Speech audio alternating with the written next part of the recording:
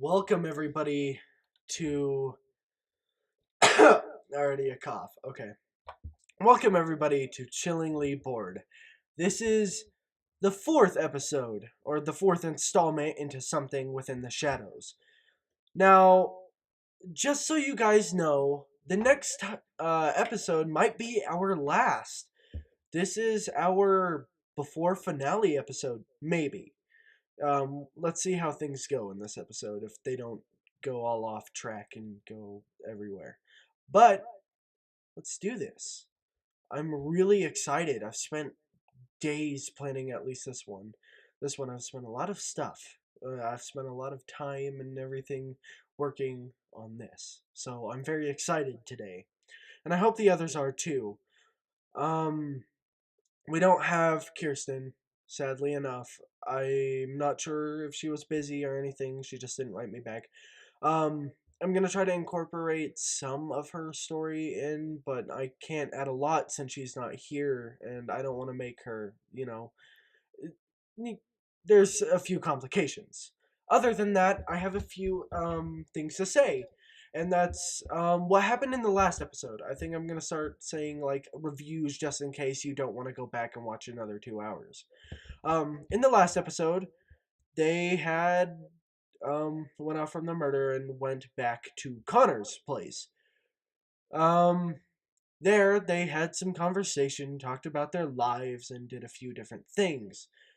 Other than that, they got a call from a strange informant, which was a man named Deep Throat or Watergate. Oh, my apologies. Other than that, um, we did a few other things, such as the secret informant. They gave that person, Deep Throat, had given some information about the apartment, telling them to arm up and do some certain things. But I think the most of all, which is most important, is Blair screaming at the end of the episode. And I bet that's why you're all here today. Now, if you want to support us, subscribe, comment, do your thing. Tell us how we can do better. Give us suggestions. We always want to improve on our show and do things better. And the way that we can do that is you guys. You guys are the most important part of all of this. So, if you guys have any ideas on how to make this better, please do. Another thing that you guys can do is if you guys draw or do anything like that, send in some of your character art or of this fan art, fan stuff, anything that is fan related, or just anything in general that relates to this. I would love to see it. I'm a sucker for this kind of stuff, and I think our characters and everything go very well. So if you want to share any art of characters, I'll make sure to put it in at the end or do something like that. I promise. um, One of the last things is a graphic warning. This episode is going to be extremely more dark than the other ones. So, like I said before, take a seat, take a breather. If things are getting too much, pause the episode. You don't have to go through this all. It's dark stuff, and it can kind of affect you if it becomes too much. Other than that, um, there will be violence, there will be deep mental issues and things along that nature. There's a whole bunch more that I can't even name off because this episode is going a little bit deeper into the rabbit hole. Um, I'm forgetting something. Ah, yes. We are going to be coming out with a new, different podcast, just in case you want to see something a little bit different than dark and gritty. Instead, we found a simple 2-page game of Metal Gear. If you like the Metal Gear Solid games, it's interesting. And if you guys like Tom Clancy, Rainbow Six Siege, Metal Gear Solid, and classic serious mixed with crazy anime nonsense, then this is the way to go. But I think I'm done with my spiel. and we should start the episode. Other than that, I am Steve, the storyteller of this. And we have Netherius, or Anthony, and we have Connor, being Connor. Now, let us begin. Sorry, all my notes are scattered everywhere. Okay. Ever feel like things are distorted? Like your own thoughts are drowning? You. Or things seem to just be wrong? Maybe you feel like your life is glitching, your eyes seeing everything as disjointed shapes and masses of colors. Maybe it's your body feeling sluggish and unexpectedly not cooperating with your own mind. The feeling of being all too here when everybody else is lost. Or you are lost when everybody else is just too grounded. You feel like you're not here, but you know more than ever. But knowing more just adds questions, does it not? Let the shapes take place in the complex matters you know as emotions and caring. Then you become something not human, a 2D shape. But the truth is, what is it to be human? When sometimes even humans feel like monsters, distorted, unshaped beings among the ones that they call human. But maybe that is the secret to being human. What is it to be human? A scream rings out, and glass crashes. Thunder strikes. A loud boom echoes throughout the house. Rain is falling, and Blair, in her room, is screaming bloody murder. What do you do? I think it was established at the end of the last episode that I ran straight to the door, Okay. disregarding any other precautions or whatever.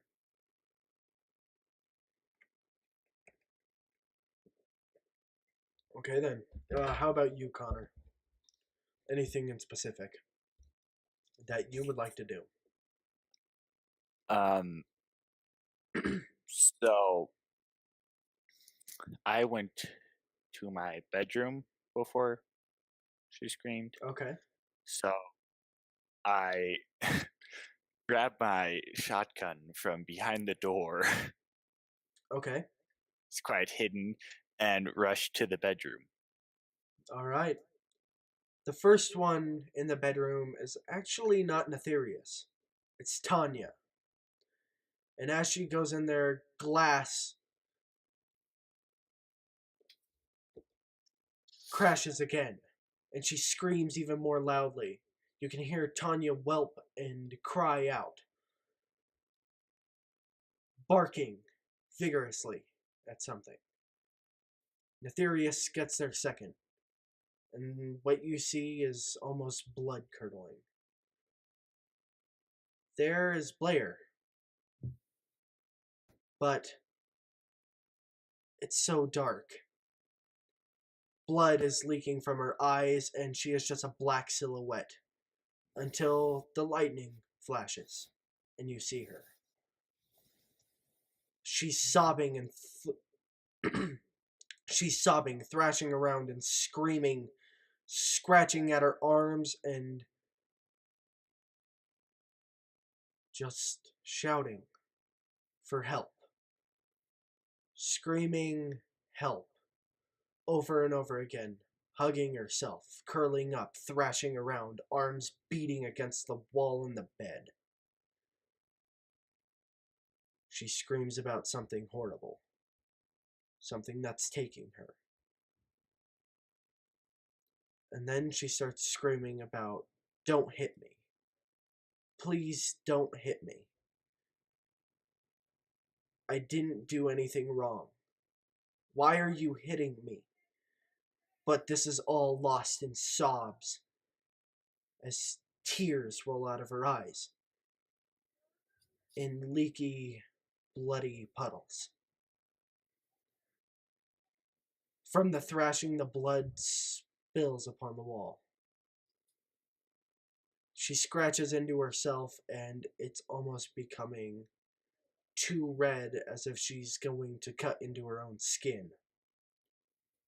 This is when Connor comes in, and he sees this sight. Things don't seem right. They feel off. You get a pit in your stomach. You're afraid. You almost want to kneel down on the ground and just cry. But you can make it. You can do this. You can survive just a minute longer to help this troubled girl. What do you do?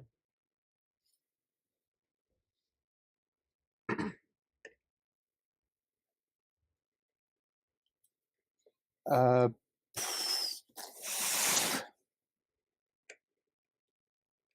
probably run in and try to get her to stop clawing at herself. Okay.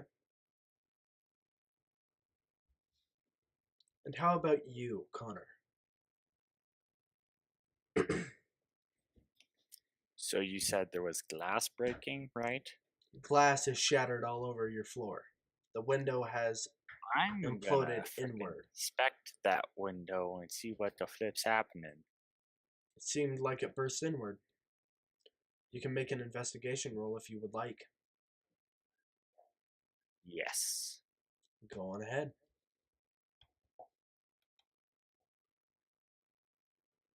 Just investigation? Yep, just investigation.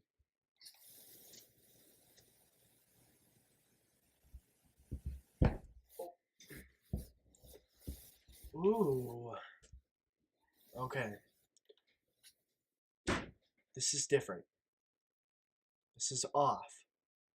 It doesn't look like something came crashing through, but it does. It's almost as if something came barreling through your window. A large, heavy object bursting through. You've done enough supernatural cases, but there's nothing in here that big. Nothing that large to make such a velocity to blow out the window.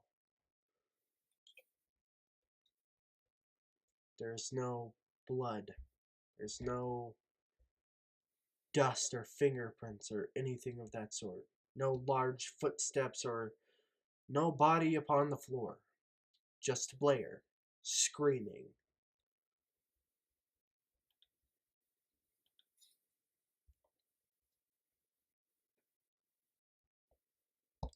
Nefarious. How do you try to stop her from clawing at herself? Do you just grab her and... I'd just like to know in a little bit more detail on how you plan to stop her or help her. She's still on the bed, right? Yep. Probably gonna sit down and kind of like pull her into a hug, but like restrain her arms to try and get her to stop. Okay. Thresh out. I'm just going to make a roll here real quick.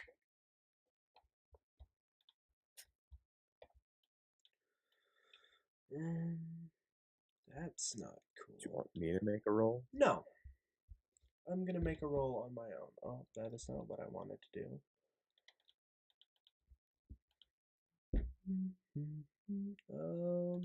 D10. There we go. Okay. Lucky, lucky, lucky. Let me just put it that way. For the people listening, I had rolled 3 successes, which is quite nice with the amount of dice that I had rolled. It's more than half. Blair is still sobbing, but she stops tearing at herself and she goes limp into your chest. Blood trails along your coat in lukewarm streams. But just as she went limp, a few seconds of holding her, she grips your coat tightly. But you get a feeling, a dark feeling, a shocking feeling. Almost as if something hit you so hard that your whole body went numb. And you see it. You see almost, I wouldn't say in her place, because it's not. You're not holding it, you're holding Blair. But weirdly enough, it's almost like you're holding two things at once. Holding the four-armed, petite, hourglass, stark naked figure. Like a marble statue. It's almost as if your mind can't comprehend the thought of holding both of them at once. But they're both there. Connor, you can't see this. You're left in awe as Netherius tilts his head back, opens his eyes, and a weird amber glow and fixes over them. Not necessarily a glow, but a shine, almost like in a predator's eyes. But just as soon as you've seen it, it's gone, and you're left holding Blair Netherius. And just as Connor seen your amber eyes, or your blue eyes go to amber, they stop, and you're back to your regular self. Or maybe a new version of yourself, scared of what you've just seen. What would you like to do?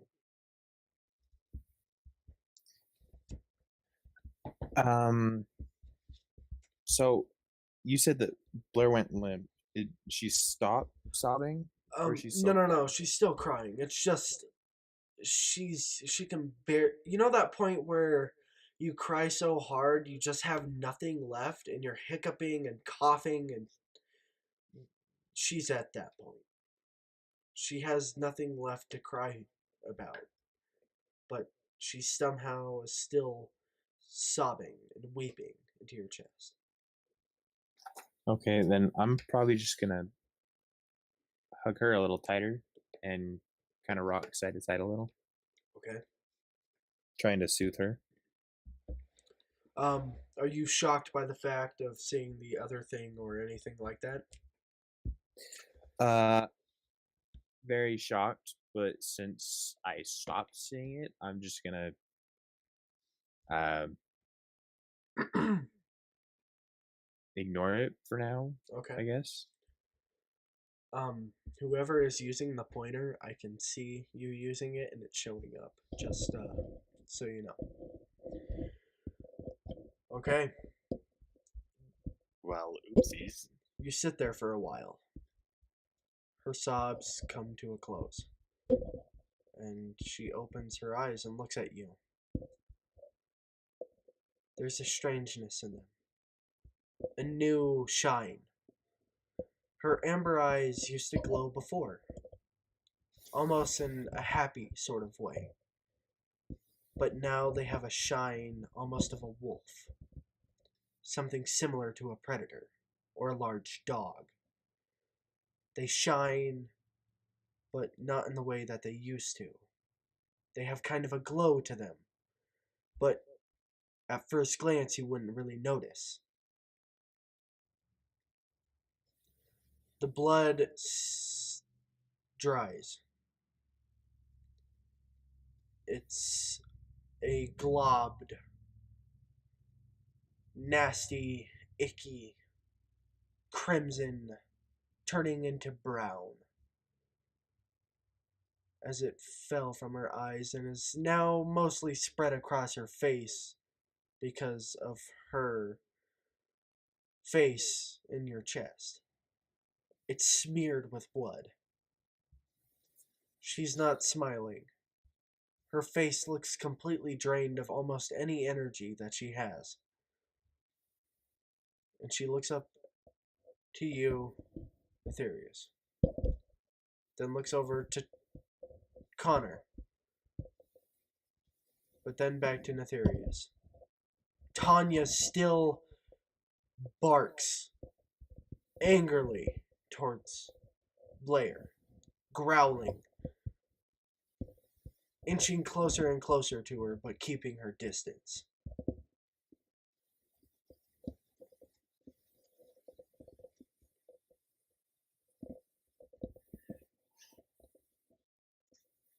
So, if there is anything you would like to do, go ahead. I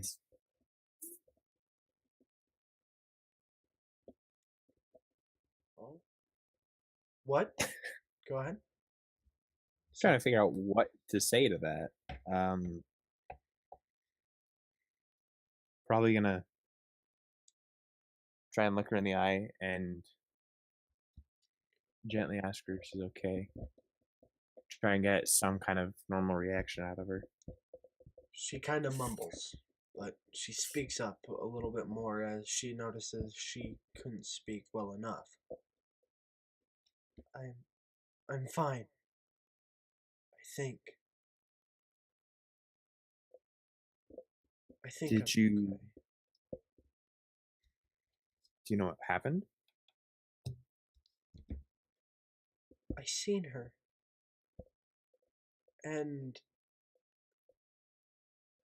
instead of fighting back like I always have done, I embraced my death.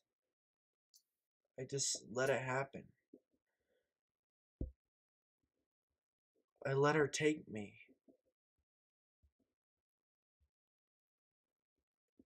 The death was almost comforting, strangely enough. Strangely enough. And she looks down, almost as if she can't bear to look you in the eye.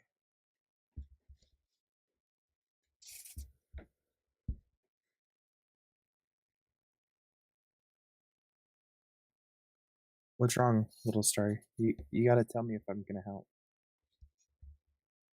We have to go. Go where? The apartment. It led me there. It showed me. She showed me. Or I guess I showed myself. I'm not really sure. I just know that I have to be there. I have to go there.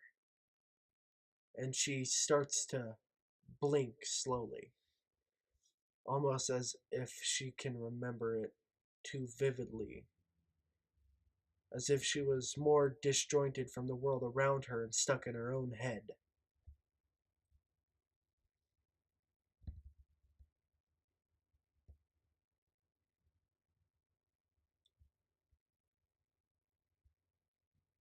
Shh. Um, gonna look over towards Connor. And do we go? Should we go? I think that's probably what we need to do.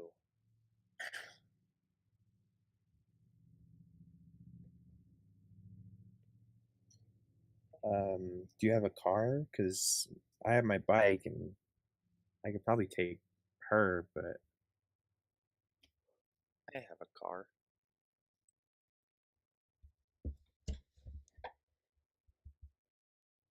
The phone starts to buzz. Bzz, bzz, bzz. It continues until someone answers it. This is your burner phone, Nefarious. I guess I'll pull it out of my pocket and answer it. Do you put it on speakerphone, just so I'm curious so everyone else hears? Yeah. Well, you need to meet me at the apartment now. Get your Why? shit What's going on? packed. I don't know. I felt something. I. It was something. Something bad just happened. We have to go. You need to meet me there. I'll be heavily equipped, and you should be too. You should be afraid of what's about to come. Say your goodbyes to whoever you know. You might not be coming back out of this. I hate to say it. I really hate to say it. I'm sorry that you've been dragged into this.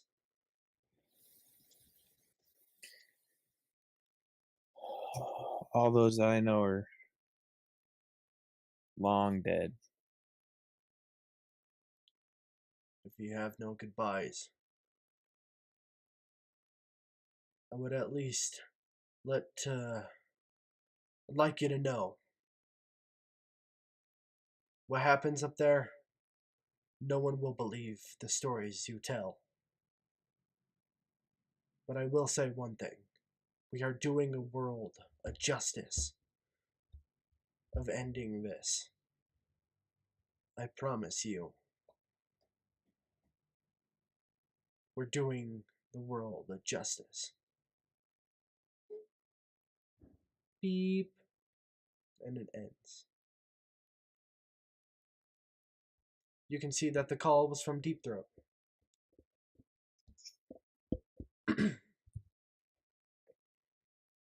Well, I guess that settles it then. Planned on going before he called, and that just. You also get a video, by the way, of. You can't see the face very well, but you can see a mask, a white mask. And it shows a person, male, taking it off. The screen doesn't seem to be phone screen, it seems to be digitally distorted, like an old TV, or maybe a cassette tape. And it says, I'm the one with the mask. Just don't shoot me.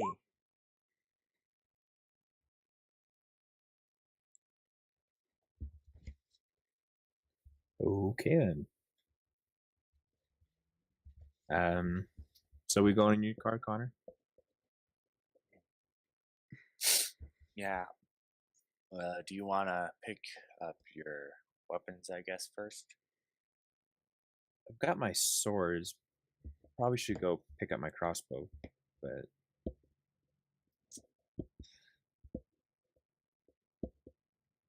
So, do you want to go pick them up real fast and I'll grab my stuff and then you come back here, or should I get my stuff? Let's get in the car and then go to your place. let's do that. I don't really want to leave uh Star here alone. I have to go. I have to go anyways. I'd walk there if I had to. We're going there. We're She, just getting stuff ready first. she nods, but she doesn't smile. And she doesn't act in any other way. Except she walks out of the room and says, I need to clean the blood first. The smell's intoxicating. And she walks to the bathroom and closes the door. You can hear water running. I lean over to Netherius. You keep an eye on her. I'm gonna get my guns. Then I head out and get my stuff. I'm going to leave the house and watch the windows so she doesn't leave through the windows. Okay. Alright. So, Connor, you grab your guns. And Netherius, you keep an eye out if she goes to escape. But no. She comes out, cleaned up of blood, the sweater a little wet, and the shorts a little bit too big. But she's clean. There just seems to be something off about her. Something that makes you feel uncomfortable on an instinctual level. But your soul your humanity of this poor young girl and the cares that you have for her. Push it back. And all you want to do is help.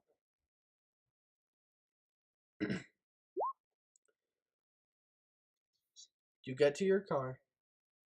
Do you take Tanya? Of course, she is trained. Okay. So, Trained to bark at little girls. well, if I so choose, she will attack like a police dog. Okay. It's heavily raining outside.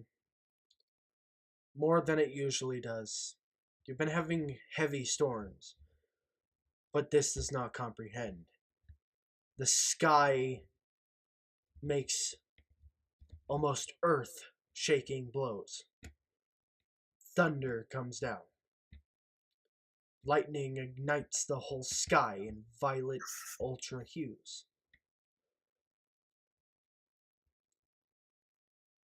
The ground trembles beneath you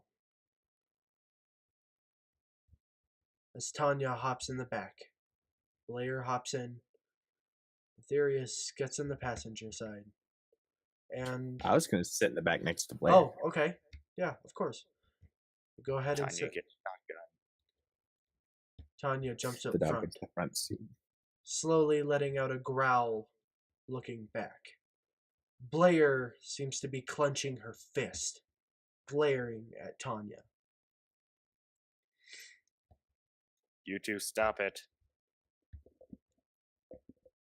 Blair lets out a deep growl, but looks out the window and looks to the earth shaking thunder.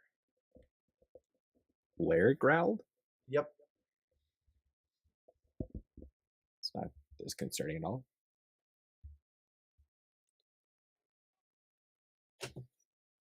the drive is quiet. Unless anybody wants to make some conversation before anything happens. Before we continue forward.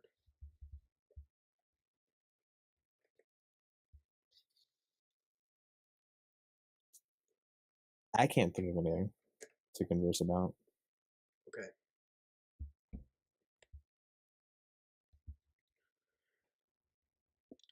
Blair does mention something, even though she's awfully quiet and off, strange.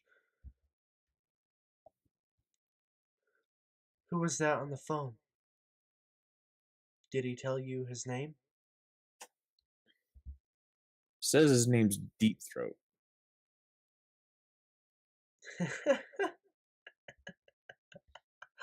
Of course he'd pick that name.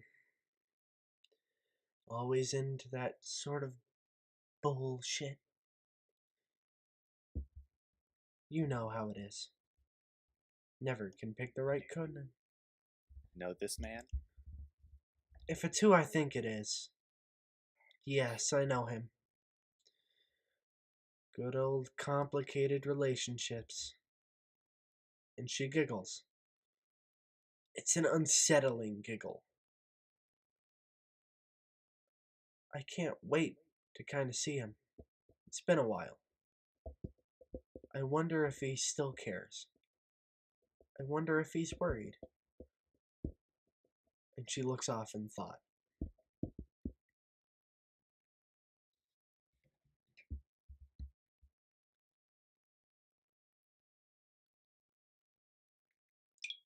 Does anybody say anything?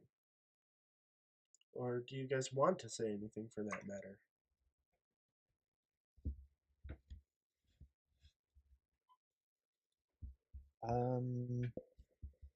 I can't think of anything. I'm probably contemplating what could have happened to Blair to cause such a drastic difference. Okay. You get to your house, Netherius, and at this point, you go grab your weapons, but you forgot to do something tonight. It's very important. You do it every night. You do it every day, no matter what. And that's write your letter.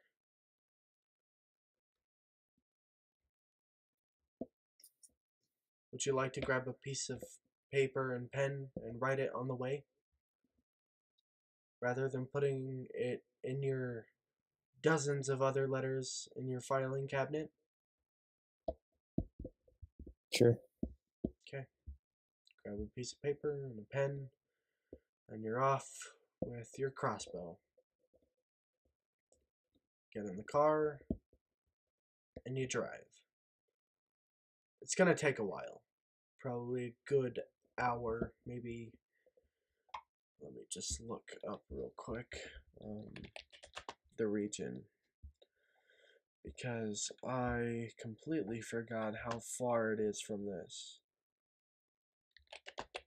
Okay. So that's around an hour and 49 minutes.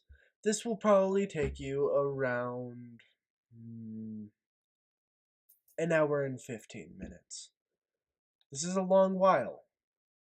Does anybody do anything to prep? Does anybody do anything to do the sake of doing something? This is going to be the last chance I give you, or one of the last chances I give you to do something that's not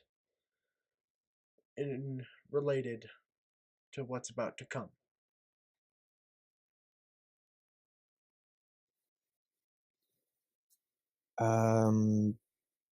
No. No? Okay. I don't, anyways. How Connor's about driving. How about you, Connor? Do you try to make any sort of conversation along the way? 9. No?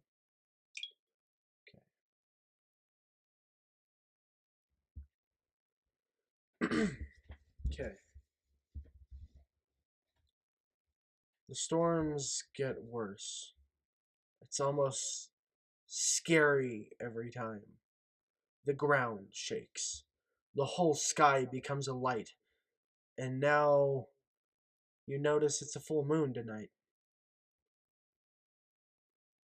And it's a red hue, making the ultraviolet give off a reddish hint. Red veins is kind of what it looks like, leaving the land in an overarching shadows of red and violet. You make your way, and you continue on forward. You get to what is the location. Your car drifts into a spot, and you look out. It's an apartment complex. There's a few apartments here and there. But as you look off, looking for signs of similar things, maybe from the dream or elsewhere, you see a lone tree standing far off to the right, and the clouds part just enough to let the full moon in its red crimson state shine or glow amongst the grass, the dead high grass, and the entangled dead trees. The grass is high, perfect for hiding. Except that tree. In that field, it's completely empty. Crows stand and squawk, even though rain is pelting them. They sit there.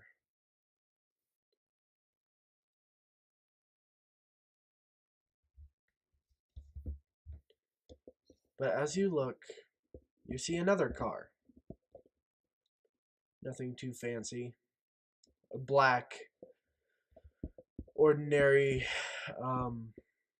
vehicle, something that you'd see everyday people drive. Nothing like large. It's a sleek model. Tinted windows. but you can see a light in the card, just enough.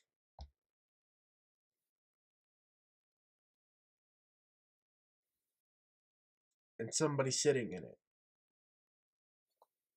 So, go ahead.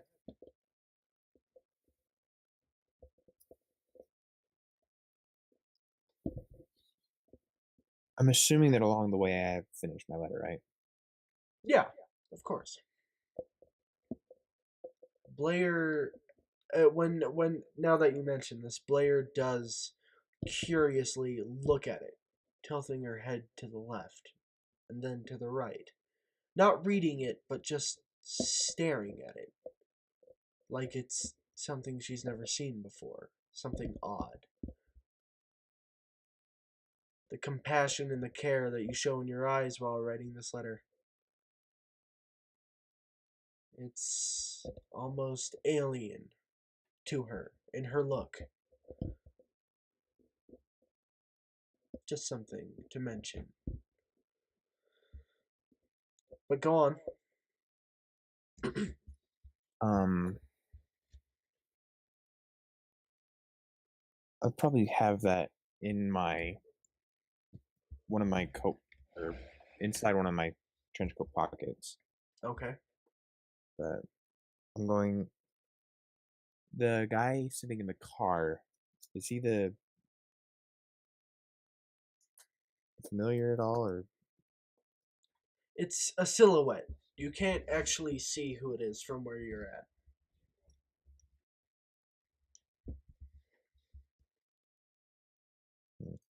I guess I'm gonna go over and see who it is. Okay. How about you, Connor? Is there anything that you're doing?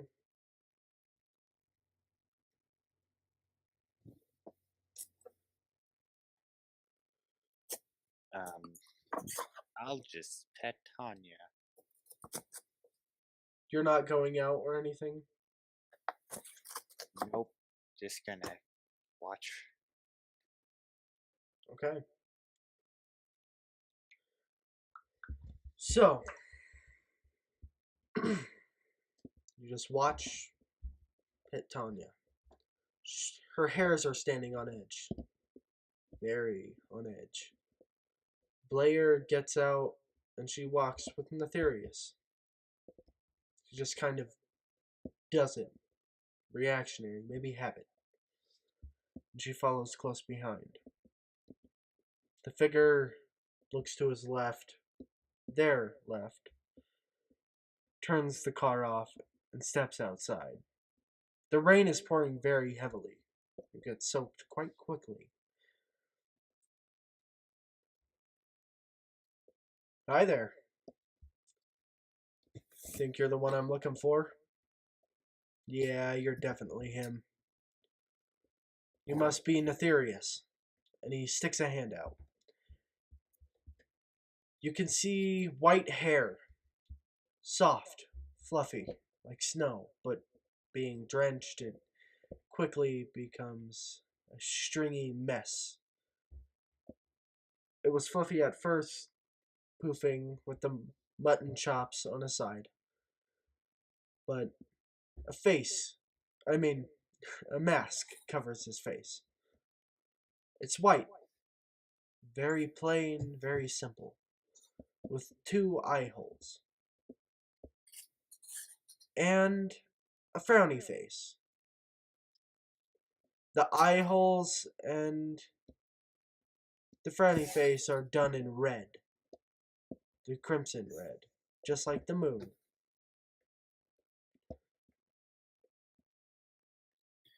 You must be Deep Throat. Nah. Yeah, I am. I never noticed how. Nah, never mind. The name was. You get it. The real name's Dom. Or Pseudo. You can call me Pseudo. And you. And he looks over to Blair. God, it's been so fucking long. Why don't you come on over here and give me a hug, huh? And she shambles forward. Almost like she doesn't know what to do. You can see her start to breathe heavily, and she runs to him and gives him a hug. God, are you okay, sweetheart? He looks over to you, Netherius. Is she okay? I haven't seen her in a long while. I know that she's been having troubles with her family, and it's been going on for a while, but I never expected it to get this bad. According to her, she's ran away. Yeah, I know that part. I I don't offered, remember how long. She's said she's been gone, but and I think it's been a few weeks. He's holding her as she is currently few tears, not the sobbing, not the crying, but sounds happy. I God. He looks speechless almost. But then he looks back up to you. I'm sorry I hacked your phone, man, but we got trouble coming. And Blair, it will help Blair. Or pretty sure that trouble's already found her. yeah, and I'm pretty sure it's found you. The dream, right? If I'm correct? Yeah. She was asleep one minute, the next she was screaming. Jesus. I offered her a place to stay, but we have a complicated relationship. And he looks down at her and goes, yeah, we have a complicated relationship. Are you okay, Blair? And he tucks her black hair behind her ear, curling and puffing as the rain hits it, drenching it. Are you okay, sweetheart? And she looks up at him. No, I'm really not. I'm glad you still care, though. Glad you still care. And she puts her head on his shoulder. You can see his mouth from the mask. It only goes up to about his nose. So you can see him smile. Just a small one. Hey, Netherius. Isn't there another guy with you? He's still in the car. Alright, look. I need to tell you something. What's up? Protect her if something happens to me, okay? Just protect her for me. It's what I've been trying to do ever since I met her. Which reminds me of well, doesn't really matter now, but You seem like a reminds me of family something man. Definitely a was at family. one point.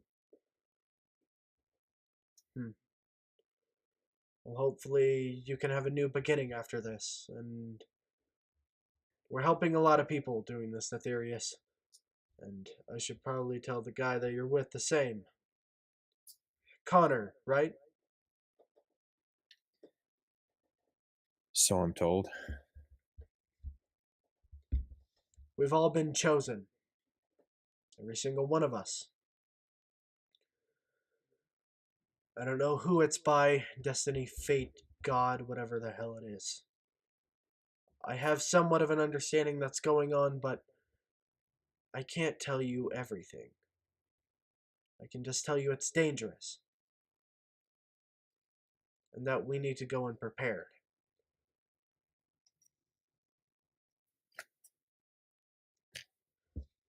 I can also tell you one other thing.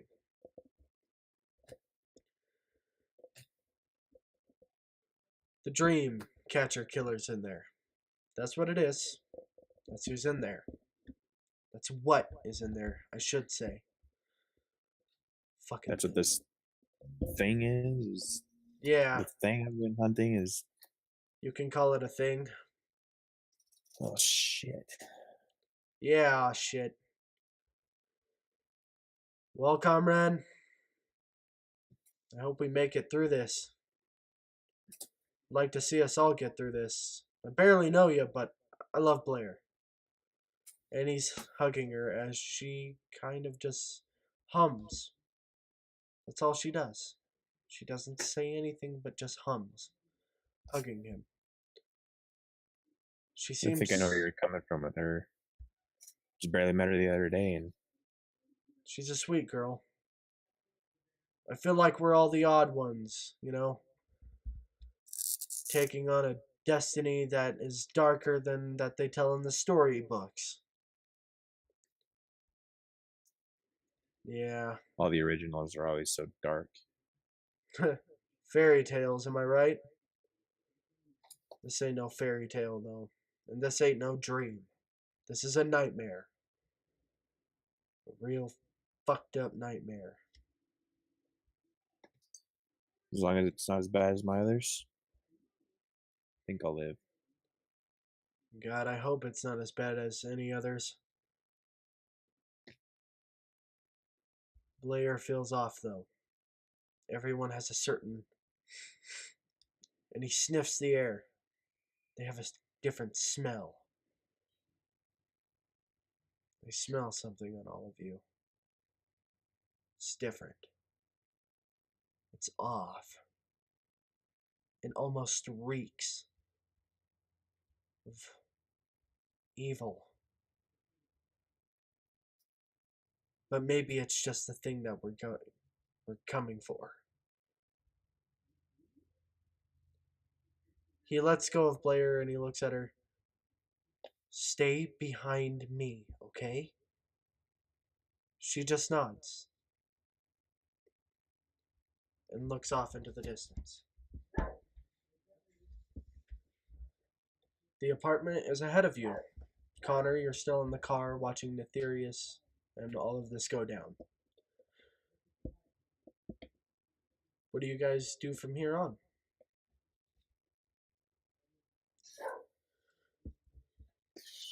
So I think the only thing that's left to do is go inside and face whatever the hell this thing is. So are you gonna go to the apartment that looks,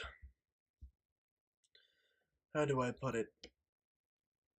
The one that you've been in before. Just looks very Familiar? yeah, familiar.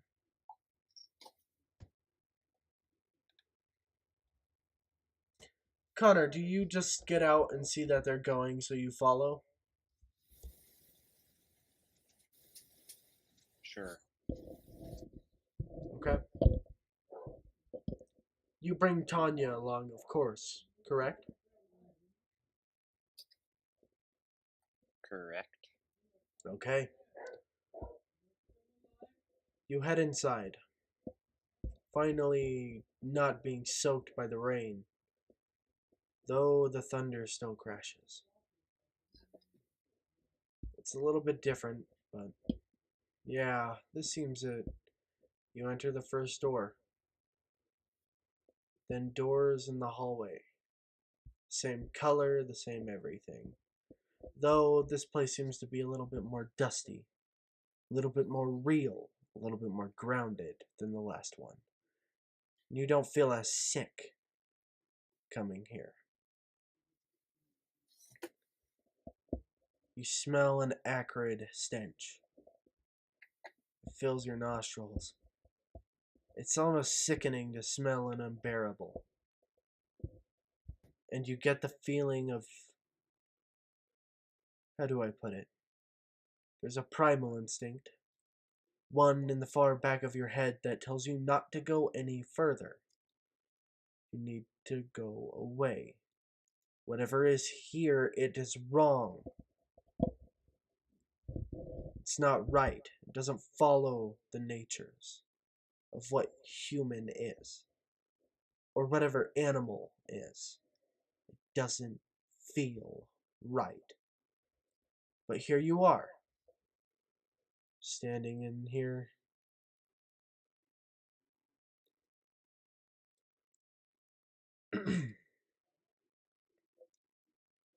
Pseudo looks to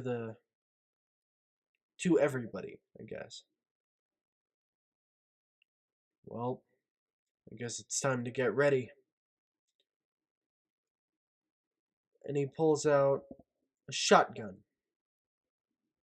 from his coat.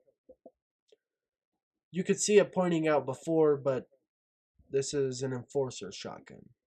Police use it. There's no sight or anything like that, just a sleek black shotgun in his hands. With a with shotgun shells on the stock in a bullet loops. And he aims it forward. Looks back. Fuck, the more I go forward, the more I realize I really don't want to do this.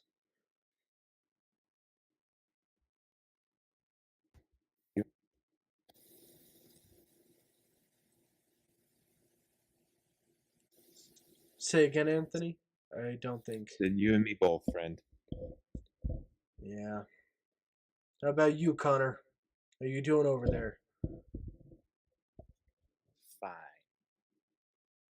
Well, that's a good thing. I'm a little bit more on the peachy side. And he smiles. He flicks his dusty long coat with fur trim.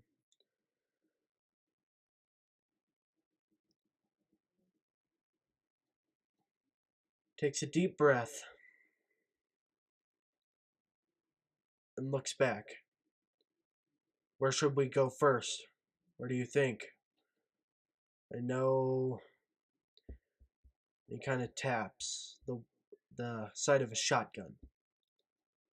Where do you think it would be? Do you think whatever is here resides? I can only think of going to the room we woke up in the dream. He sniffs the air. Strange. It's an odd thing to do. Especially doing it a second time. Do you think this place has a basement? Most apartments don't, but Well, as long as we don't go upstairs or get separated, I think we should be fine. he looks around and starts moving through the hallway and goes into the office area. The reception kind of, where you go to get your mail, stuff like that. Um Looking around, you can see him kind of shuffle through and opening up boxes and drawers and things from the desk, and he pulls out a key, or at least a key ring, and he comes out. This should help us, hopefully.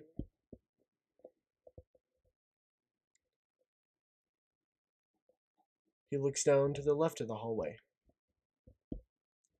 where it goes upstairs and down. Up or down, folks? Should we go from down and up? What's your idea?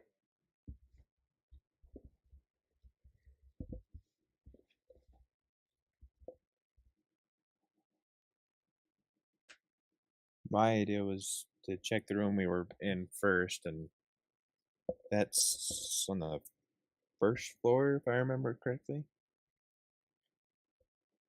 Yeah, I think so. I don't really know. It's not like I was in your dream, but we can check it out. I know in mine, I think I was on the first or second, and he looks like he's calculating throughout his head. And Blair's head shoots up. It's the first or second floor. The rooms vary.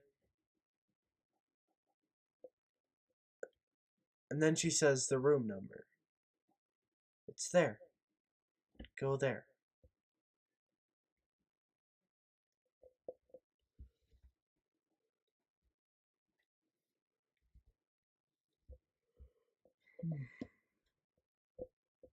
Guess we're going in there. I guess we are. Walking slowly up the steps as rain patters upon the roof. It's silent, except the clicks of your steps of your shoes. You continue forward. You get to the door. Pseudo uses his key. And he takes a deep breath, puts the key ring in his pocket, aims at the door. Well then, are we kicking this thing in, or what the hell are we doing? He's whispering, just by the way.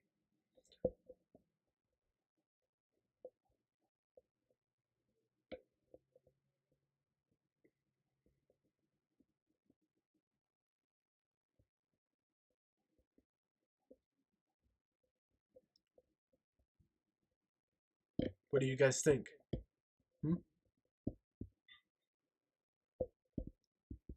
And do you guys all ready up or take position or do anything of that nature? I'm going to be behind him with my shotgun like over his shoulder. Okay. I'm gonna have my swords unsheathed All right. and probably waiting behind both of them because I don't want to get shot. Mm-hmm. So I would be the first one going in. All right. Are we kicking or are we doing the slow? Like a band-aid. He puts his fingers around the doorknob, pulls it, and kicks the door open. Slam. The door hits the back of the wall, and you guys are met with an empty room. Somewhat empty. There's nothing sinister in here, as far as the eye can see, but you do have chains. You do have blood. You do have the glass. There's the cabinet. There's more blood and details that weren't there before. The blood is dried in various different places, some older than others. You still have your cabinet and the dresser, and there is no writing on the wall. The light bulb has long been out, and you guys are met with a very dark room. Except this time, it does have a window. And the moon shines through it, creating a very weird spectacle of blood, glass, dust, and grit. And of course, the chains. Rusted old chains.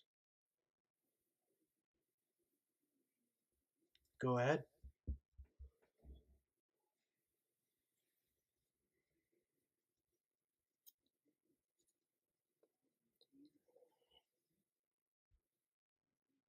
Is it on the ceiling?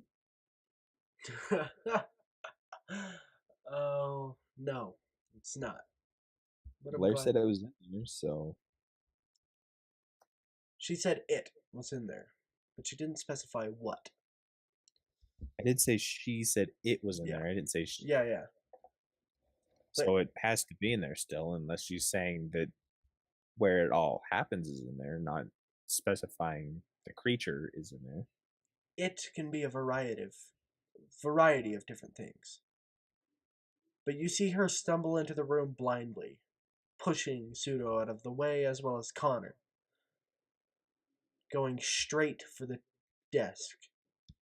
where the music box lays. Or a music box lays.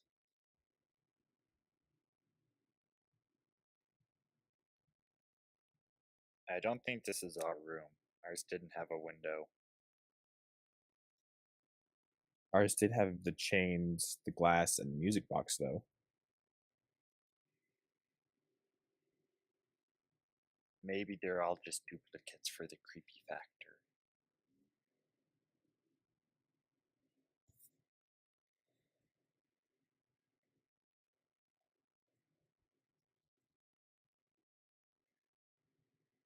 She opens the music box. And there is not a marbled statue of blood and beauty. Or I guess disfigurement and beauty. Instead, it's the music box you remember, Anthony.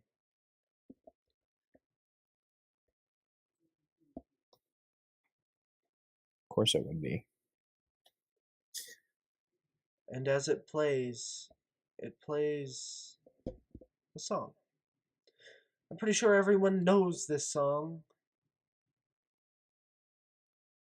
You Are My Sunshine. Do do do do do do do do do. Clinks. Mechanisms making a beautiful, melancholy tone. And it plays. And it plays. I'm gonna slowly start like walking into the room as if like in a daze of like just remembering my past.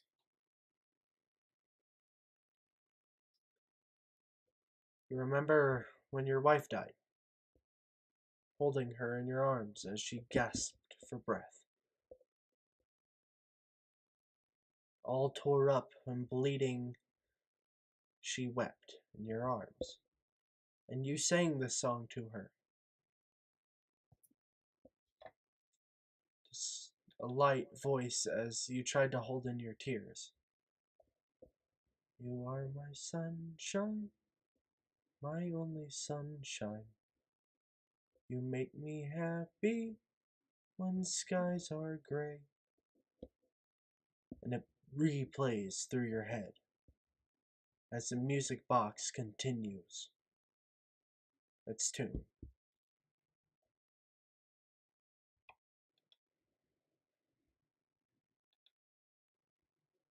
And there Blair is, holding it,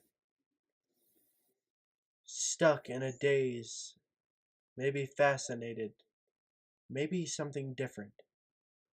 But there she is, holding it up, looking at it, curiously. Pseudo walks into the room at this point. Connor, how about you?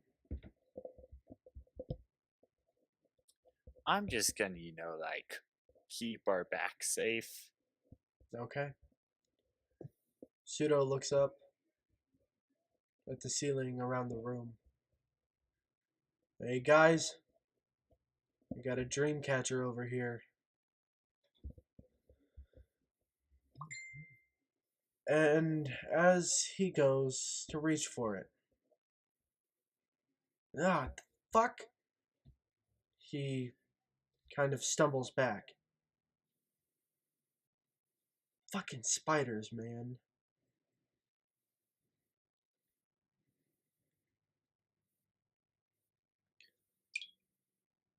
I'm gonna observe the dream, uh, study the dream catcher. Okay. Just a second.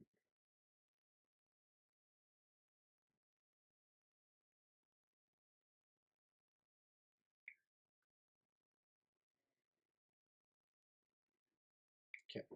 My apologies. I had to do something real quick. So say again. I didn't catch it. Oh, you I'm look at gonna the dream catcher. yeah, look at the dream catcher, study it, see if It's weird. It's made out of branches and twigs and very tight, thin wire. It looks like an amalgamation of just stuff they had on hand to make it, but it's expertly crafted. It would have taken hours to do something like this. Intricately beautiful. But as you look at it, you can see that silk, spider silk, traces it. A web forms around the dream catcher, and a small spider sits in the middle.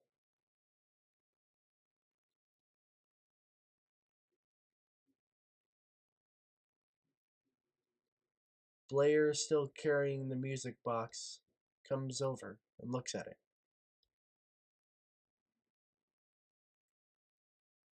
Frederick.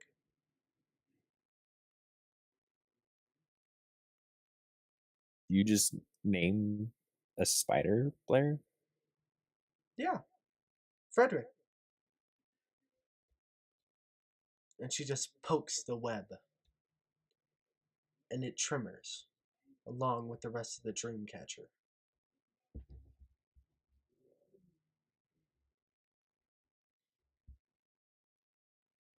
You're not so afraid of things if you give it a human name, you know? Isn't he less scary if you call it Frederick? It becomes so much more cute. Am I wrong? And she looks up at you. I guess giving it a name kind of creates some fondness of it. A small smile grows on her face. But then she goes right back to being cold. Looking away and holding the music box dearly. Almost as if she wouldn't want to let go for the world.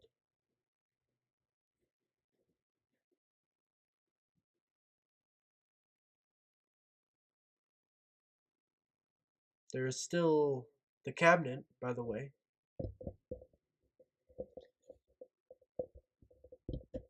Yes, I'll walk over and inspect it. Okay. You open the cabinet. And you have a very different picture than what you had before. And not in the punny way either.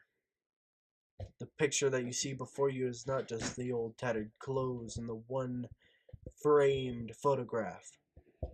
Instead, it's small shelves with many photographs of people with their eyes X'd out and a frowny face drawn.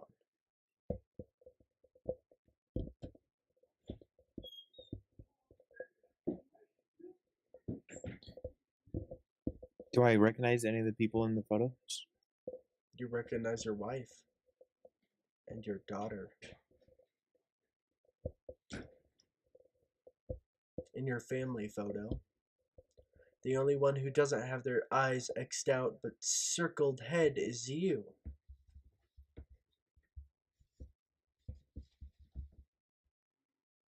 It's very clear. Your wife, your daughter. Crystal crisp clear.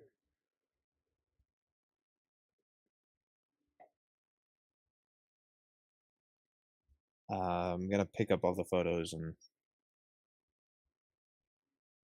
study them a little bit more, like see if any of the other faces are circled. If there are any other faces circled. There's one of a family.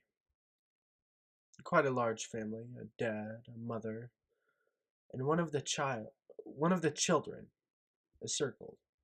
The rest are their eyes are X'd out, and one in particular has a line across their throat. The father. Another one you find that is circled is a girl. A blonde girl in a heavy coat. and a man standing next to her. Maybe her father? He's wearing wire rimmed glasses and holding her hand. She looks afraid.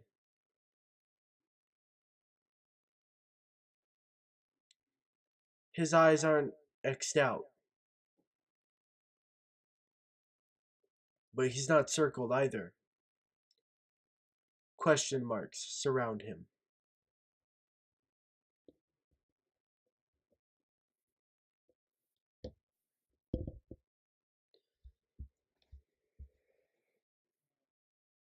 Does the man look familiar? Or...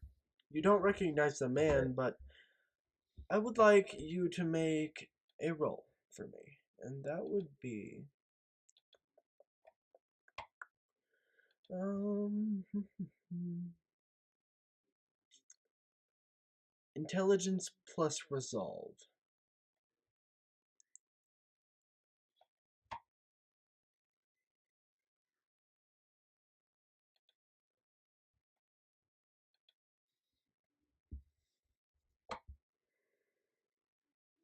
Nah, that little girl's familiar. You just can't place your finger on it. Who is it? Who is it?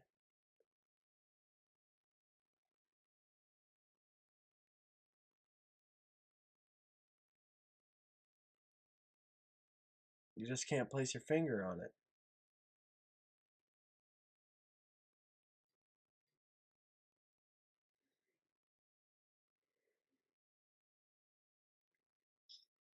That's all. Huh.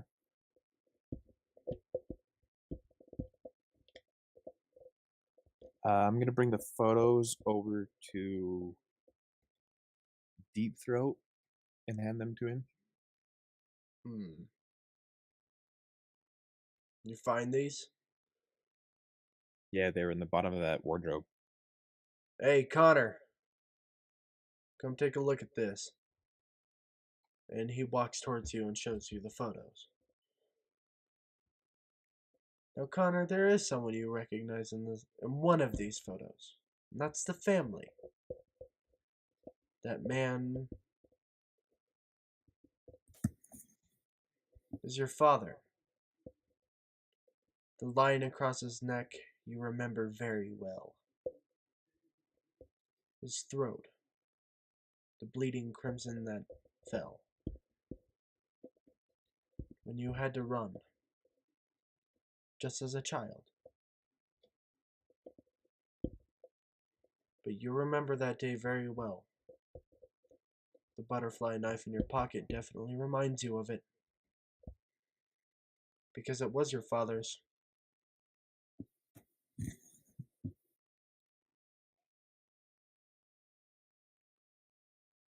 Go ahead and do what you will with that information. Well, this is a quite old family photo, and I am the one circled and the last one alive, and the rest are disrespected and killed.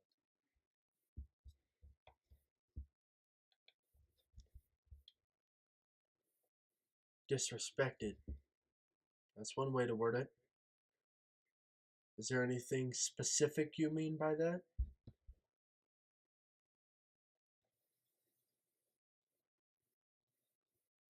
I'm talking about the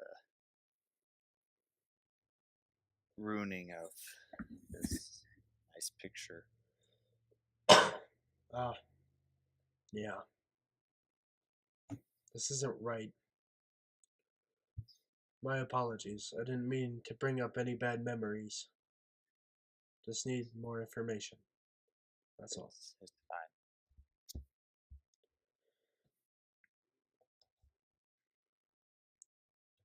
Okay.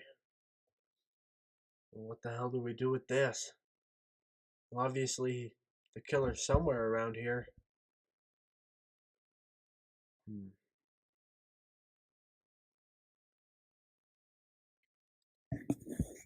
We could sit here and wait, or we could go try and find him or her. Blair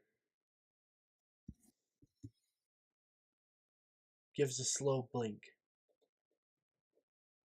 Something's in the basement. Someone.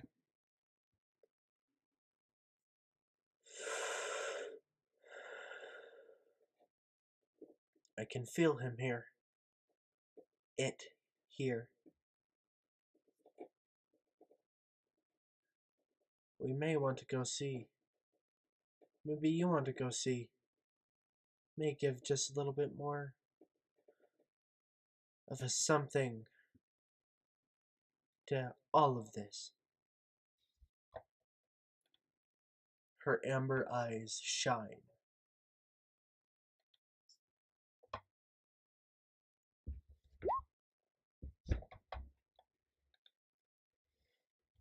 Hey, Netherius, can I see that picture in your hand? I'm gonna give it one last look and hesitate before I hand it over. Sure. You get it. So, wait, is this a picture of his family or the other one? Both if you would like. And both. Okay. So, is one of these family?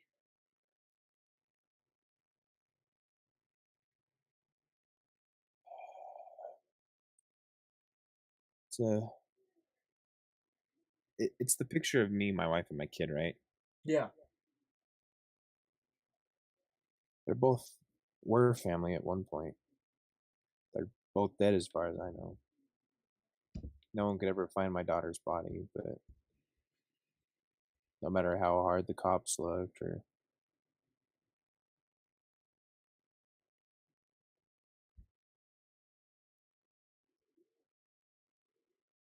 And the other one, do you recognize anyone on this?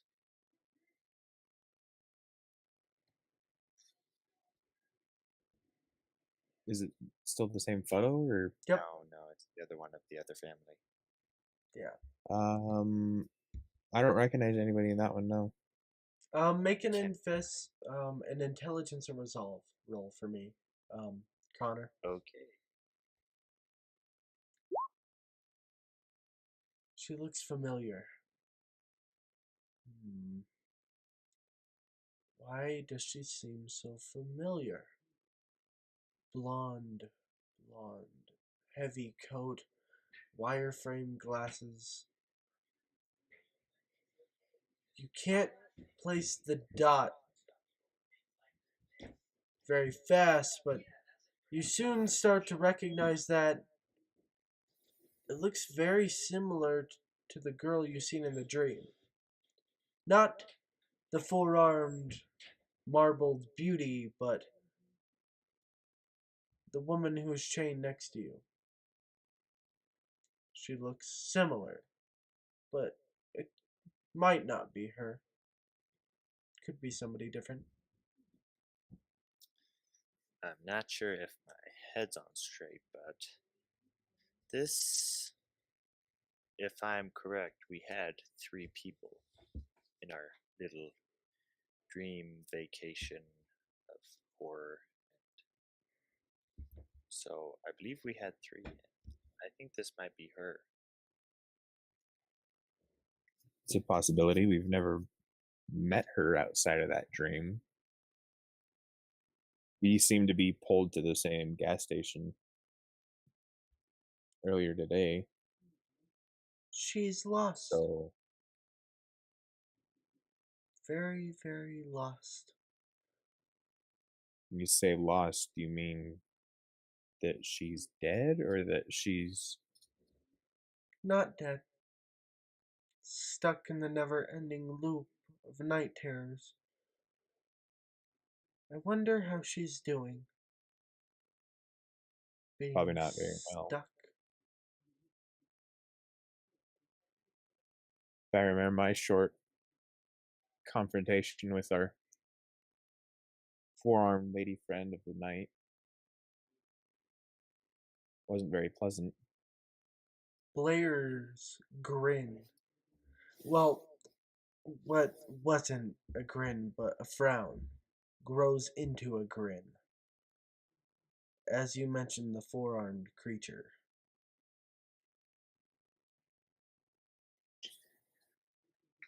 What's picked your spirits back up, Starlight? It doesn't pick up my spirits. It's just. This is all too familiar. All too right. She takes a deep breath. Her eyes close and they open again. The amber eyes shine even more. And as she smiles, her canines seem just a little bit larger than they were before.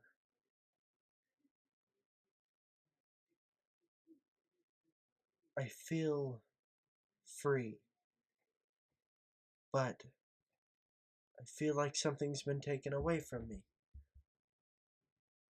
It's almost as if tears have been mixed in with empty taste. I feel as if I don't have a heart. Not in I don't give a shit about the world teenager kind of way. Just can sympathize. I just can't sympathize with the way I should think, the right things. Everything worse seems like it's a better idea.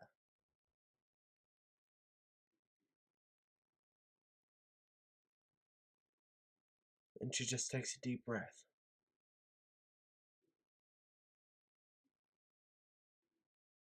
And stays silent.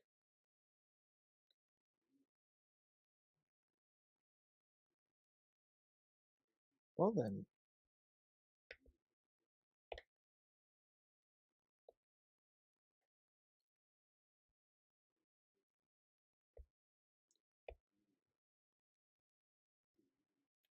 The basement. And she just starts walking towards it.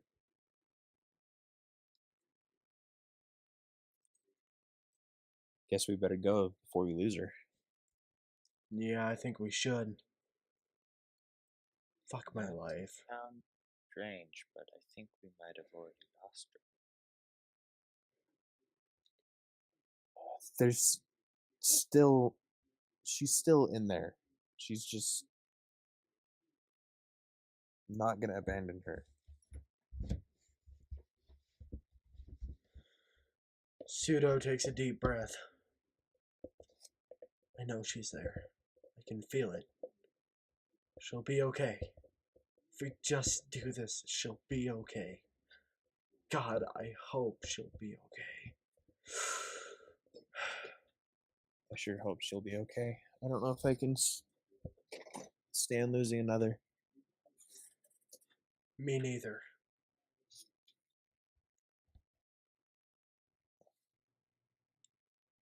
He lifts his shotgun and starts to move forward. No time to waste, kiddos. Let's go. He says this even though he's probably around the same age as Blair. Maybe just a little bit more grizzled looking.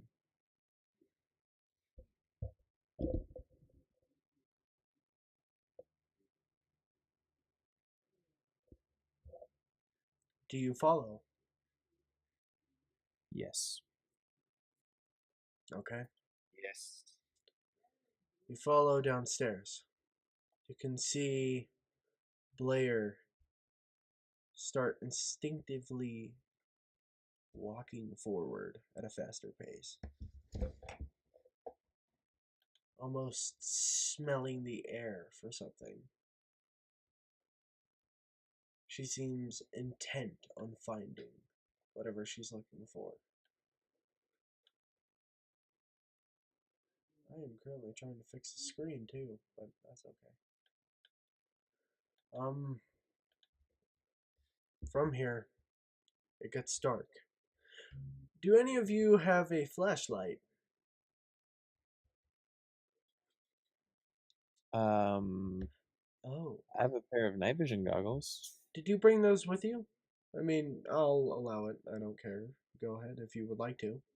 They're probably somewhere in my multitude of pockets of the trench coat. Okay. Pseudo looks over. I got a flashlight, man, but none of us are going to be able to see shit. And if I turn on this flashlight, you're going to be blinded to all hells. I don't know if you want to stay behind or go forward or something so this doesn't happen, but damn. Well, if you've got a flashlight, then I won't use these right now Alright, sounds because good. I'd rather stick as close as I can to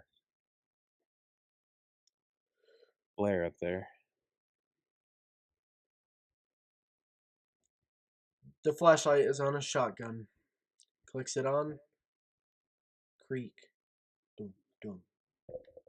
Creak. Dum, dum. You make your way down the steps. It's old. It's very old. And you can hear Blair just a little bit ahead of you. She's not out of sight.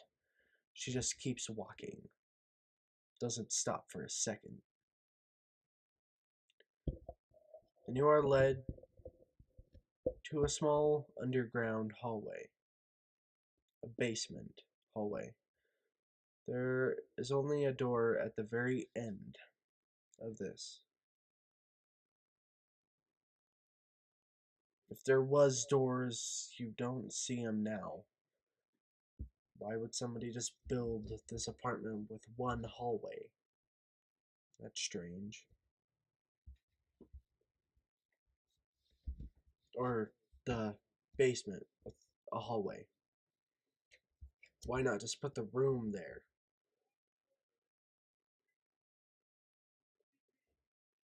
Your feet pad against the concrete. Click, click, click, click, click as you move forward up to the door. Blair blindly shoves it open. I just want to know what you guys do at this point. In curiosity, of course.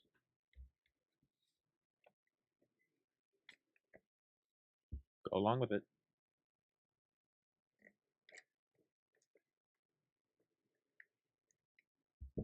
So you do.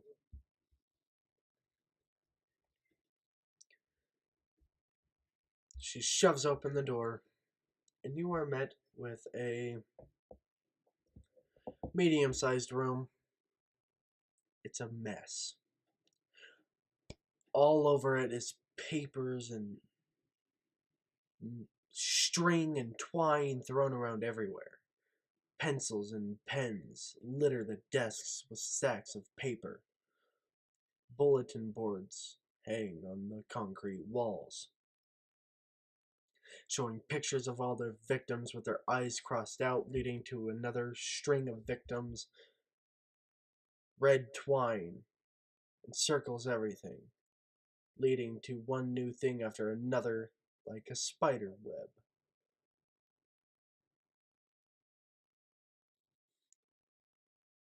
But the most important thing is the man sitting at the desk, or standing over it. He looks frustrated. Black hair goes down. A gray hoodie is over him. He's mumbling to himself, looking over the papers. There's one other key detail about all of this. I'm just looking at my notes so I'm not missing anything.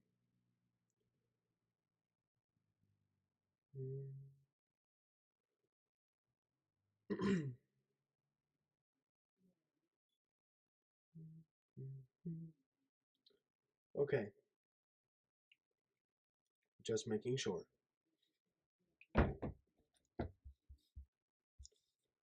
There is an operation table in the middle of the room. A light shines brightly to a tangled mess of body parts strewn about. Body parts are everywhere near this table. A selection of arms and legs and different eyes and heads and different. A comedy of things. And there's a half sewn together body upon the table. Blair just stands there, glaring forward. Not at the man or the table, she just stands there. And Pseudo bursts in the room, waiting for you guys to say something first.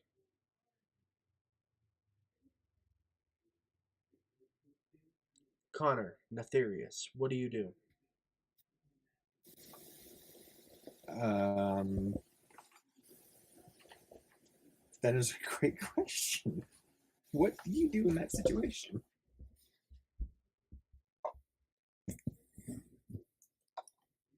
Probably going to study the room a little bit more, see if I can notice anything else that's off besides the crazy man and the partially sewed up body. Nope, nothing really too specific, except you do notice mugs with pencils and few other random strewn about objects, but nothing too important. Ah, a few dream catchers hangs on the walls.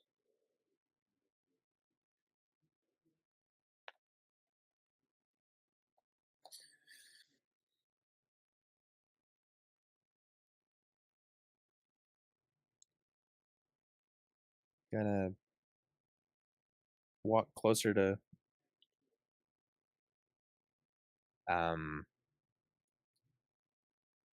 Deep Throat and kind of quietly ask him, "What the hell do you think's going on in here?"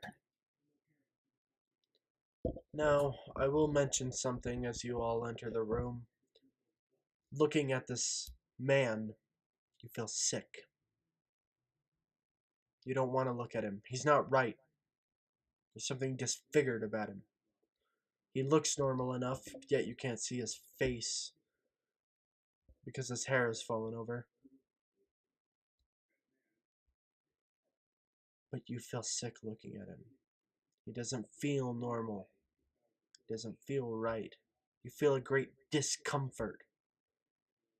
Something in the back of your brain tells you that he's wrong. He shouldn't exist. He doesn't have a right to exist.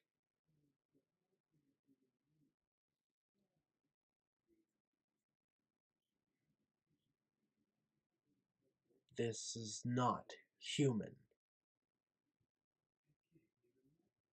Connor, what would you like to do at this point?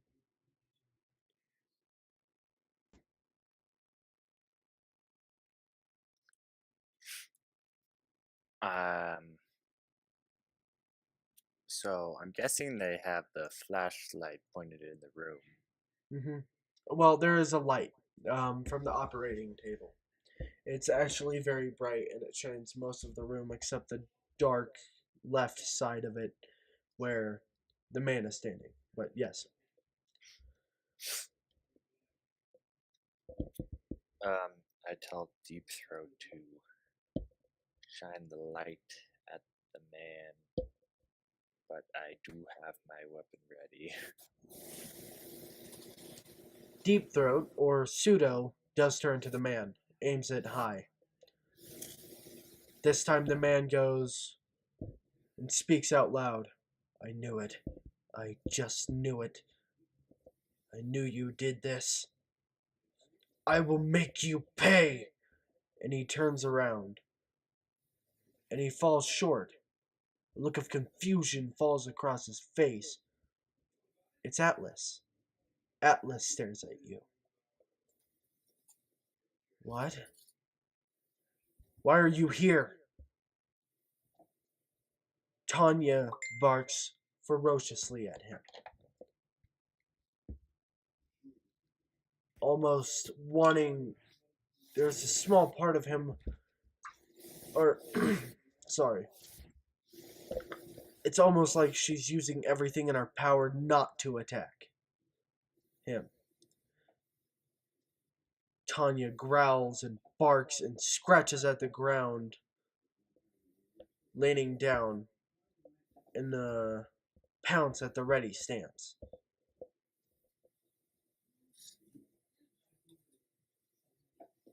Why are you here? You're not supposed to be here. You're gonna get hurt. He looks over and finally notices Blair. Why did you bring her here? She can. What is wrong with you?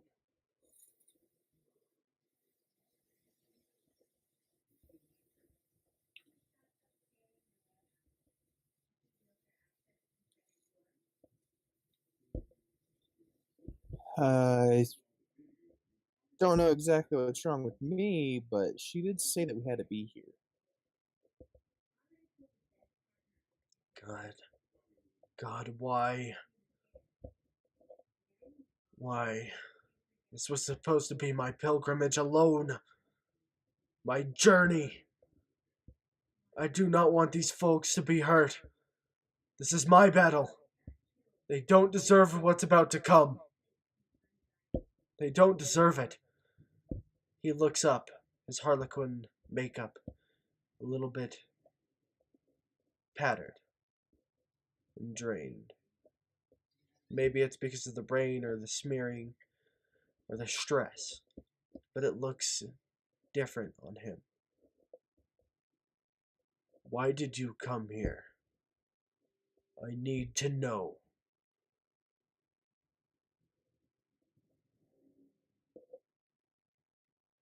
I don't know why we came here. We just told needed to be here. Pseudo looks forward. Because I had a feeling we had to come here. We all did. Something about being chosen, I guess. Certain smell in the air.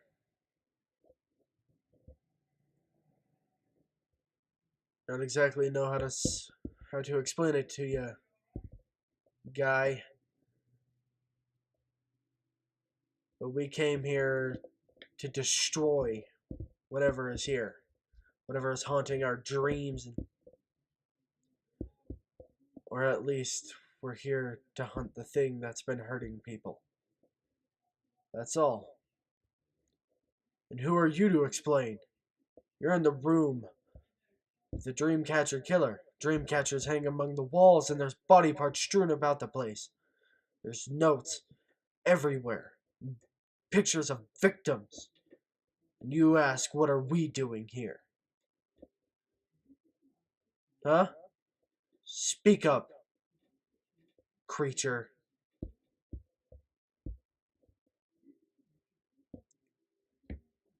At this point, he looks forward. Creature. You call me creature. And yet you don't even take a look at yourself. It's sad. This is almost depressing. That you can't even look at yourself and see the monster that lies within you.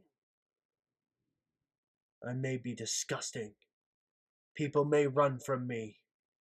People may want to hunt me down.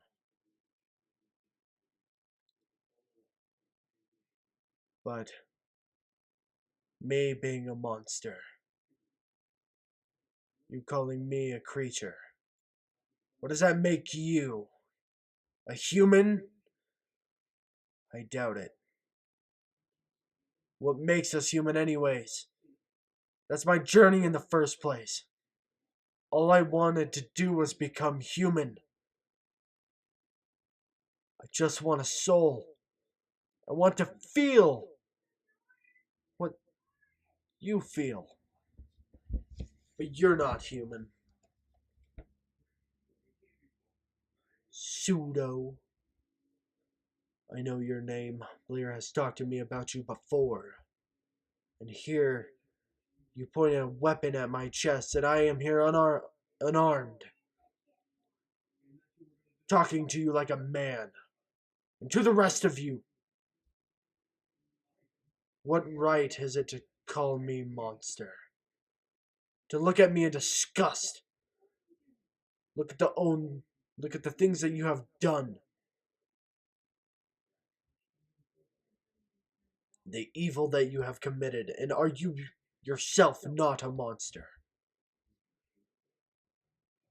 The fire within me burns, and I am here to stop whatever monstrosity is here. I'm looking for it. Him. Whatever it is. He is one of my kind, and it is my duty to slay him. I had created him. It was a mistake. And I am here to fix it. This video was paid for by... Oh, Lord. That is going to have to be cut out. Jesus. What? I was looking for, hold on, let me write the time down just so I don't screw this up. But, Lord, that scared the living crap out of me. So, 1, 4, 6. What scared the living crap out of you? I'm looking for a poem to recite that he references, but I got the wrong one, obviously, and, oh gosh. Okay, in a 3, 2, 1. You may not understand. You may not know of my kind, and that's the best thing. You shouldn't know of my kind. We are wronged creatures created by either our own of kin or the stupid enough mortals like you, bringing us back from the beyond.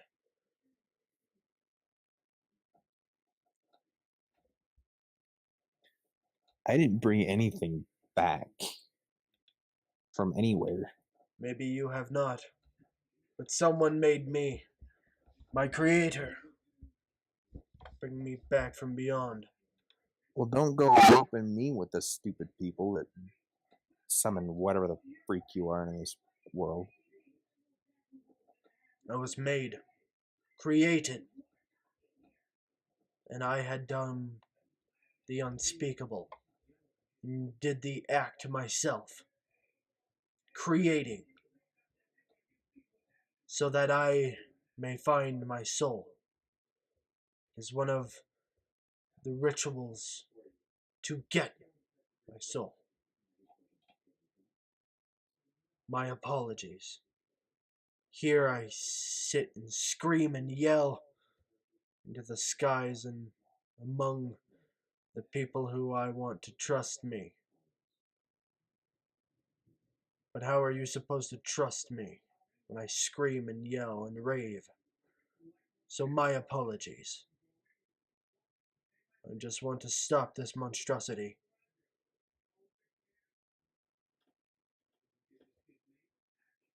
We call them the Centimani.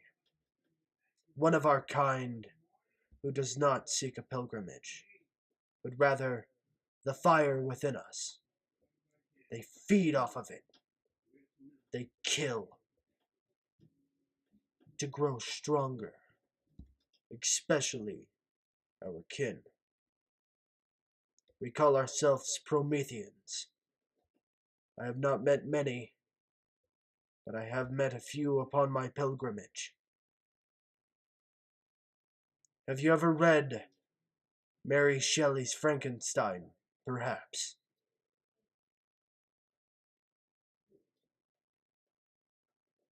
Not often, but once or twice. That story depicts a creature such as myself on a journey to find his soul. The creature was intelligent. All he wanted was to be loved, to have company, and yet his creator ran And so what did this creature do? This creature had his revenge, killed everybody that Frankenstein had loved, created an overwhelming cloud of darkness above his own creator, his father. But why? Is the question. Because his father ran away from him in horror. Just ran, leaving this being like a child, fending off on its own, to run amongst the wilderness. Didn't even know how to speak. Didn't know what birds or trees, the moon, the stars. Didn't know what any of this was. I had to learn, such as I had. But I had become nothing such as the wretch within the novel. I want to do good, as you humans call it. You run away from me and I create storms because of what is inside me. Because I have no soul, I am an abomination upon the earth. Because I have failed, I have not been able to create, to get my soul yet. But to get a soul,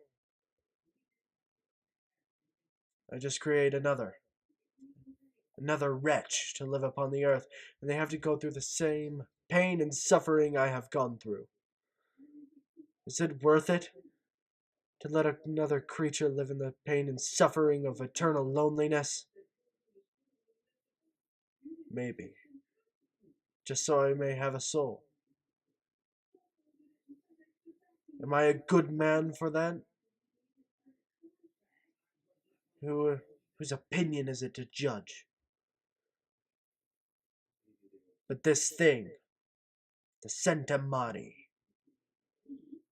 it's a black, liquid, dark spot upon the earth. I call to you, creature. Demon. For all the things that you have done, murdered and killed, slayed, raped, and more. I am here to avenge those that have fallen, to get my soul, and to help, to give justice, and to commit revenge for my misdeed of creating such a horrible monster. It is strong. I don't want you to be hurt. That is all. That is all. Especially you, Blair. And he stands before her, holding her cheeks. You are different, my child. So different. There's an energy coming from you. It's not bad. It has a sense of evil. But are we not all evil, my child? Please do not stand in the way. We care of you. She only nods and gives him a light hug. Maybe it is because you are not human either, my sweet child. The horror within you, it controls you, doesn't it? You have finally given in to the horror. You are now fully part of it. The creature that dwells within you. My child, please do not take any lives. I know it is your point to give justice, but do so and teach a lesson. But please, my child, do not take a life, for you will never forgive yourself. Just trust me. Taking a life is not so easy as it seems. The more you do it, the easier it becomes. The first time you cry, the second time you cry just a little less. The third time, you hardly cry at all. And the more you do it, you don't cry anymore. Please, my child, learn from the horror within you. Let it guide, and do not let it take.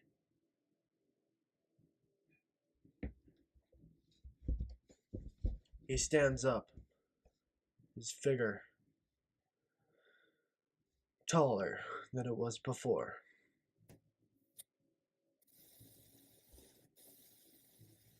This must be much to take in,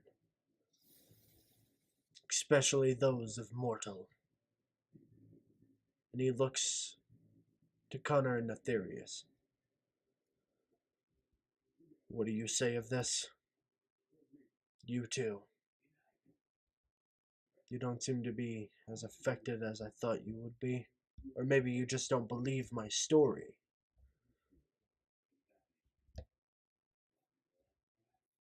Speak up now.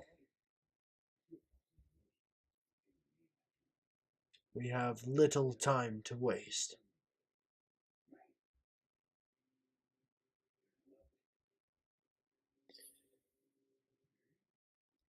Probably would have been more affected by your long story if my wife was still alive and I thought all was good with the world, but ever since she died and what have you, I've taken on a different view of the world. It's not as bland as most make it out to be. Most view the world in black and white, but there are shades of gray, and there are not. I am glad you see that, my friend. Though I am sorry for your losses. He walks forward to you, grasps your shoulder, and you want to recoil. You want to throw up when he touches you. But he leans closer and whispers in your ear. I see how Blair looks at you. The daughter you have lost. The wife you've lost. She needs somebody. I've seen her living conditions. Take care of her. I fear that I will not be long for this world, for very long. And he ungrips you.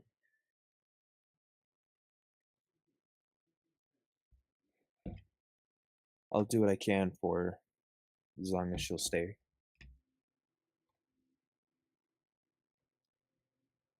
Then he walks over to Connor. Tanya gets close to you, growling ferociously. But she stays back. She doesn't pounce. You. I can see that you've been through loss. I am sorry for that. I hope you make it through this, brother. And I hope that you are not too appalled by what I am, or the story that I have told you. Even though it may not be believable, I can see you recoiling just by the sight of me. I look normal. But beneath all this, I am much more terrifying. I am sorry, my friend.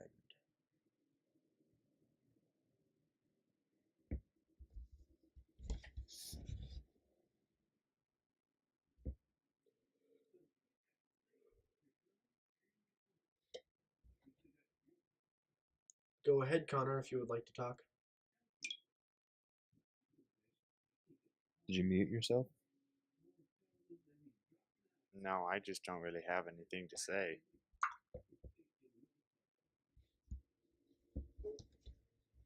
Atlas just grunts and moves to Pseudo and you. I really have nothing to say to you.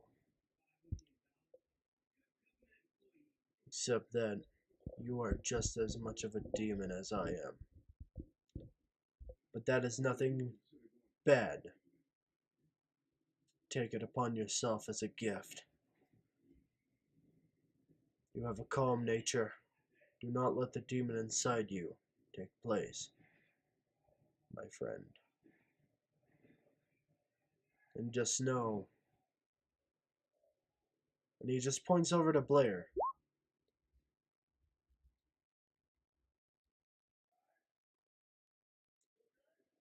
As she gazes off at the ceiling, she doesn't seem to even be paying attention.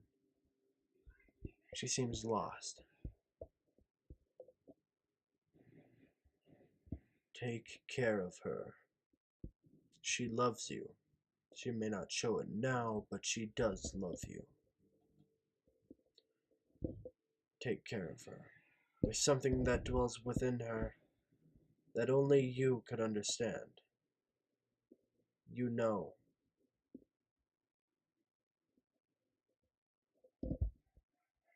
Now, Pseudo.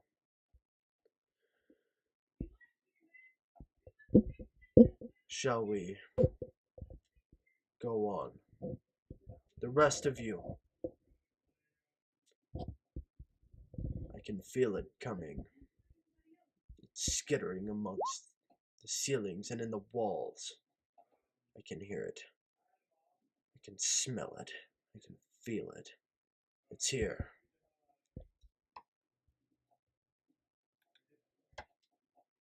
And he holds something close to his chest.